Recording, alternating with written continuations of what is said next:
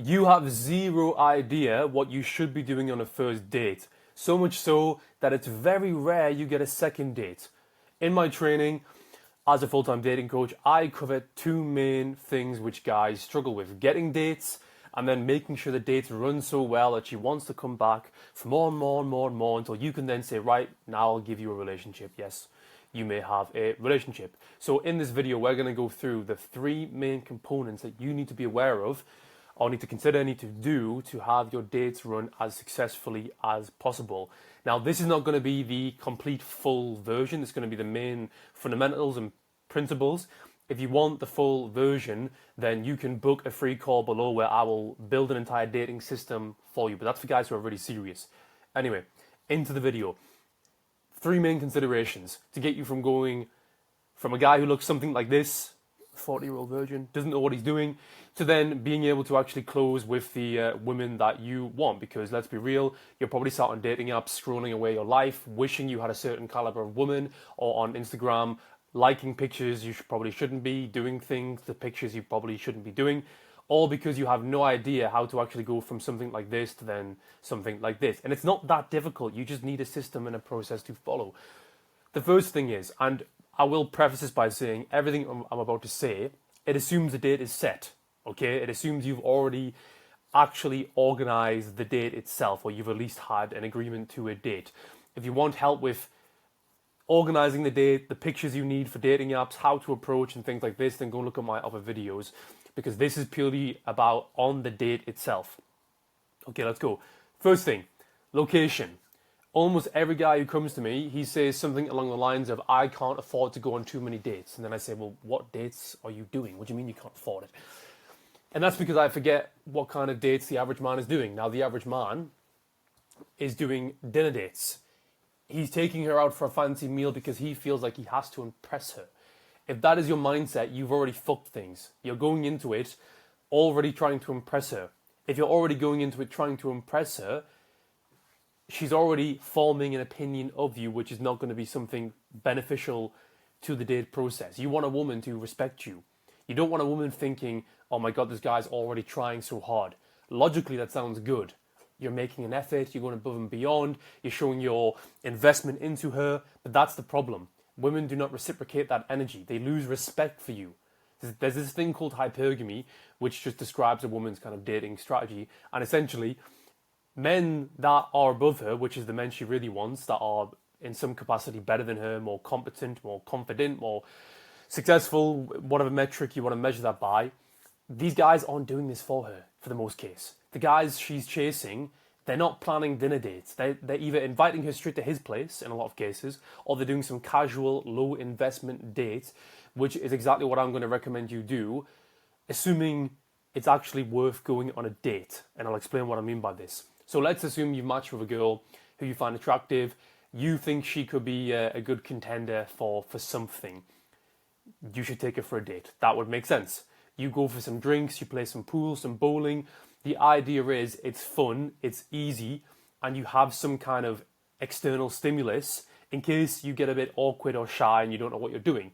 I am going to help you solve this, but this will still happen regardless, because until you build a lot of experience and you're very confident in this process, you're going to run out of things to say. It's going to happen. But if you're playing pool, for example, or bowling, you just go back to whatever you were doing, the bowling game, the pool game. And because you're going to have a few drinks as well, evening time, which is very important, you're setting the mood. You're going to be relaxed, okay? Do not agree to a daytime. Do not go for these coffee dates. Do not go for these walks. Why? Because she's not in this relaxed, chill frame of mind. She's viewing you like a tick box activity. Oh, I'm going to go meet this guy, see what he's about. Let's just see how it goes. And you get like a 10-minute slot, 15-minute slot to impress her. That puts a ridiculous amount of pressure on you to say the right thing, do the right thing, and not fuck up, more importantly. Which again, unless you're experienced, which you're probably not, you're going to fuck things up, I guarantee it. So if you do an evening time date, you're asking more of her, you're asking her for her evening. Some girls will refuse that. Do not go on a date with these girls. If she's not willing to give you a couple hours on an evening, it was never going to work out anyway. We need women of a certain level of interest who are actually willing to go on the date with you. Otherwise, what are you doing? It's not worth it, okay? And she'll make you jump through every hoop and hurdle before you've even gotten on the date itself. So location, evening time, when she's finished her day of work, she's relaxed, she's ready to give you her full attention, she's not thinking of all the things she has to do after the date itself. Low investment, okay? You don't lead with your wallet, you don't lead with what you can give her materially. I would go to the cheapest pool bar, the cheapest drinks place. When I started making some more money, okay, I might go to a fancy bar, but that's because I want to go, not because I'm trying to impress her. That's the easy part, the location part, because any of you can do this. And don't get me wrong, you will get quite a few women saying, if you think I'm that kind of girl who can just go for a few drinks, you've got it wrong. Well done, you've filtered out a woman that was going to be a nightmare. Every girl that I've ended up dating long term, it was always the same. Drinks and an activity, drinks and an activity. Yes, I have done some walk dates and some daytime dates, but that's because I am very good at dating.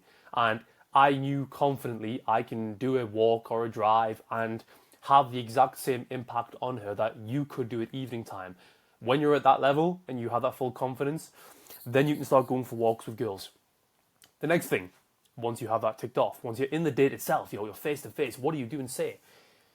Few things. I've written down flow, because the date has to flow. And what I mean by this is, it's not like you can't have any silences, because you can and you will, but you need to make sure when you're actually on the date itself, you have a structure, you have a system you're following, and you know what you are doing. For example, you need a basic conversation framework. You need to understand, if I ask a question, then what? What do I do with this information?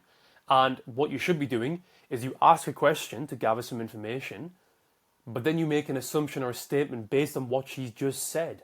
So for example, you ask her, so what was your job, by the way? I believe you said you're an accountant.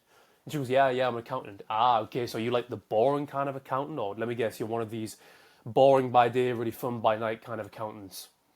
Assumption. The reason why we do this is because when you ask question after question after question, you're taking energy from her. And she has to give you a lot of energy. That's tiring. It's very tiring. And you're going to give this impression that you're just boring. It's very transactional.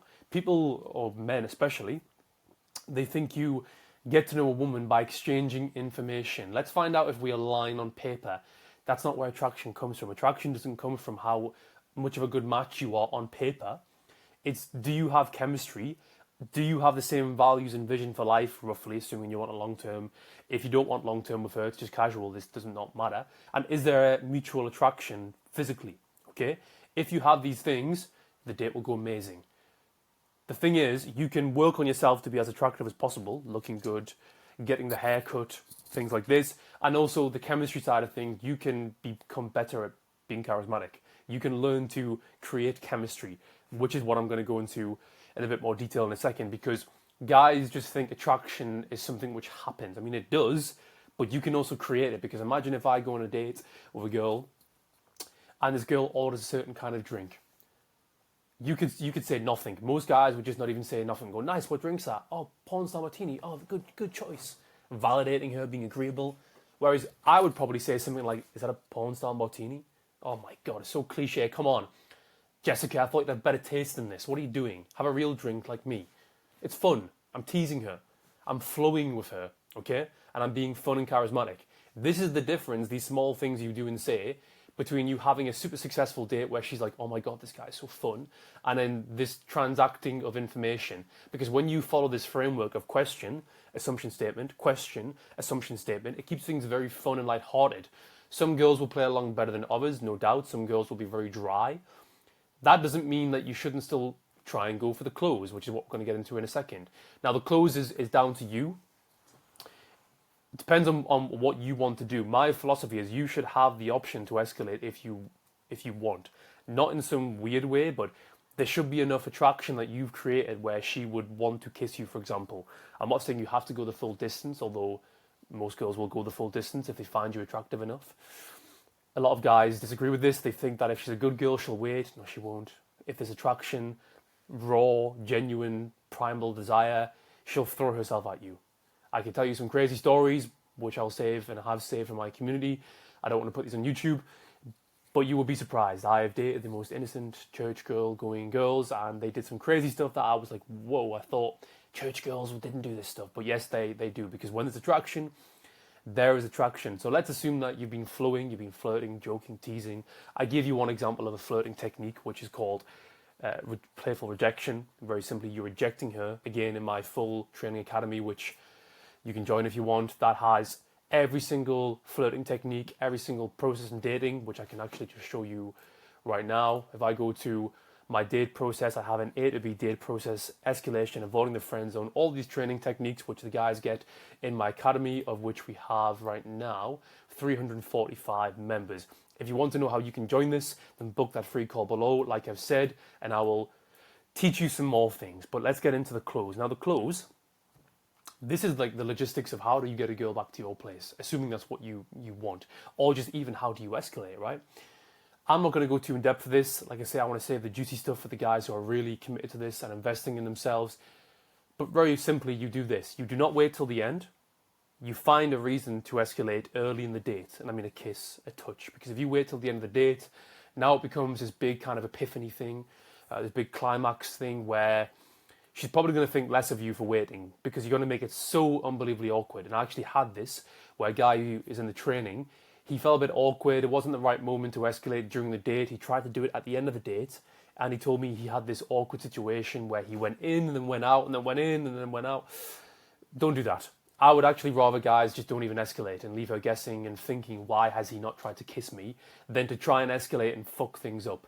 So first of all, you need to assess, is this the right setting to actually escalate? Because sometimes it won't be. If, for example, you're not getting those buying signals, those choosing signals where she's consistently looking at you in the eye, she's smirking, she's flicking her hair back, tilting her head, opening herself up to you, her body language, getting close to you. If she's not doing these things, and you've tried the flirting, you've tried breaking the touch barrier, getting close to her, you're following your system like what I give to the guys, and she's not reciprocating that, then do not keep trying. Don't be a weirdo, okay? At the end of the date, if that is the case, you can either leave things as they are and see her again and then go for the escalation again, or you do the Hail Mary and you say, look, I'm going to have a few drinks back at my place. You're welcome to join me. No worries if not. That's your Hail Mary. If things are going well, what you then do, you've kissed her, you've touched her, you've got some really good signals that things are going well. You find a reason to get back to your place and you end the night. Do not wait for her to suggest something. You tell her, it's getting a bit late now. I want to go back to my place, have a few more drinks, play some music. Maybe you should come back to my place. Well, assess your music taste. Ideally, you reference something from the date, a conversation you've already had. And if you're really intelligent, you'll weave this in and plant seeds ahead of this. So you might ask her what music she's into halfway through the date. And then at the end of the date, you use that as an excuse to go back and to assess her music taste. Now it's organic, because the thing is, if you say to a woman, let's go back to my place, wink, wink, she's not stupid. And this can work, 100% this can work. But I would rather be smooth about it. I don't want to be super direct with a girl unless she's all over me and like dry humping me in a bar saying take me back. I'd rather be smooth about it because it's more charismatic, it's fun, it's more like a classy thing to do, in my opinion. And if she's into it, she'll come back, and then obviously you escalate and you go from there. Now, if you want a full guide on escalation, well, you're going to have to get into my academy, because to give the full ins and outs of A to B bedroom stuff, that is not something I'm going to post on YouTube for obvious reasons. That's in my closed training academy, which you can get direct access to. But that is the 3-step first date guide. That is the first date guide at a glance. That will get you very far, assuming you've done the prior work of having the right dating profile or having an approaching system which you are following. If you're a bit unclear on these things, you're just watching this video because it auto-played, or you're just going through my content, then go look at my other videos or DM me and we can chat, and I'll give you a free blueprint regardless of whether you actually want to do the training. The main thing is you're making some kind of movement on this. Do not watch this video, bookmark it or like it, and then go, good video, and then do nothing with it, because this kind of information is only actually useful when you then apply it to your life. Hope you guys got some value from this. I know I definitely did. Until the next video, I will see you all later. All the links below in the description. Go and follow me on Instagram. That's where I post every single day. I'm kind of less consistent on here. Otherwise, I will see you guys all in the next video.